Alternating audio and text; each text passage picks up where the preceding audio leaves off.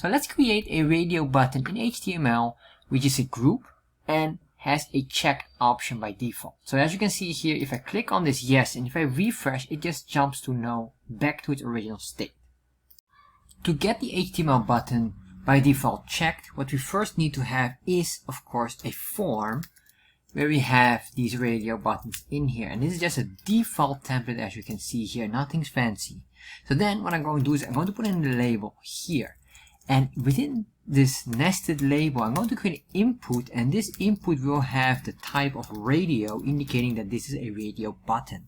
So then I'm going to say a name, or I name this, and I want to make sure that this is a radio group. You can give it any name you want, but I'm going to say a radio group. And you can say your value, and the value could be number 1, number 2, anything you want. So once I have this, I can put in here some text. So let's say here, yes, for example. Then what I want to do is I want to copy this and say another one, and this will be no, and no is usually value of 0. So once I have that, we can just put here maybe a break, save, refresh. So as you can see here, this is not selected. We want to make sure that it's selected by default. To do this, all we have to do here is to say checked. Once it is checked, now if I refresh, it will always load with yes as being the selected value. If I have them both, what will happen?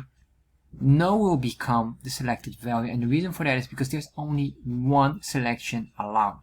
So if I want to have just this single one of no being selected, I have to only make sure it's checked and the other one not. And there we are.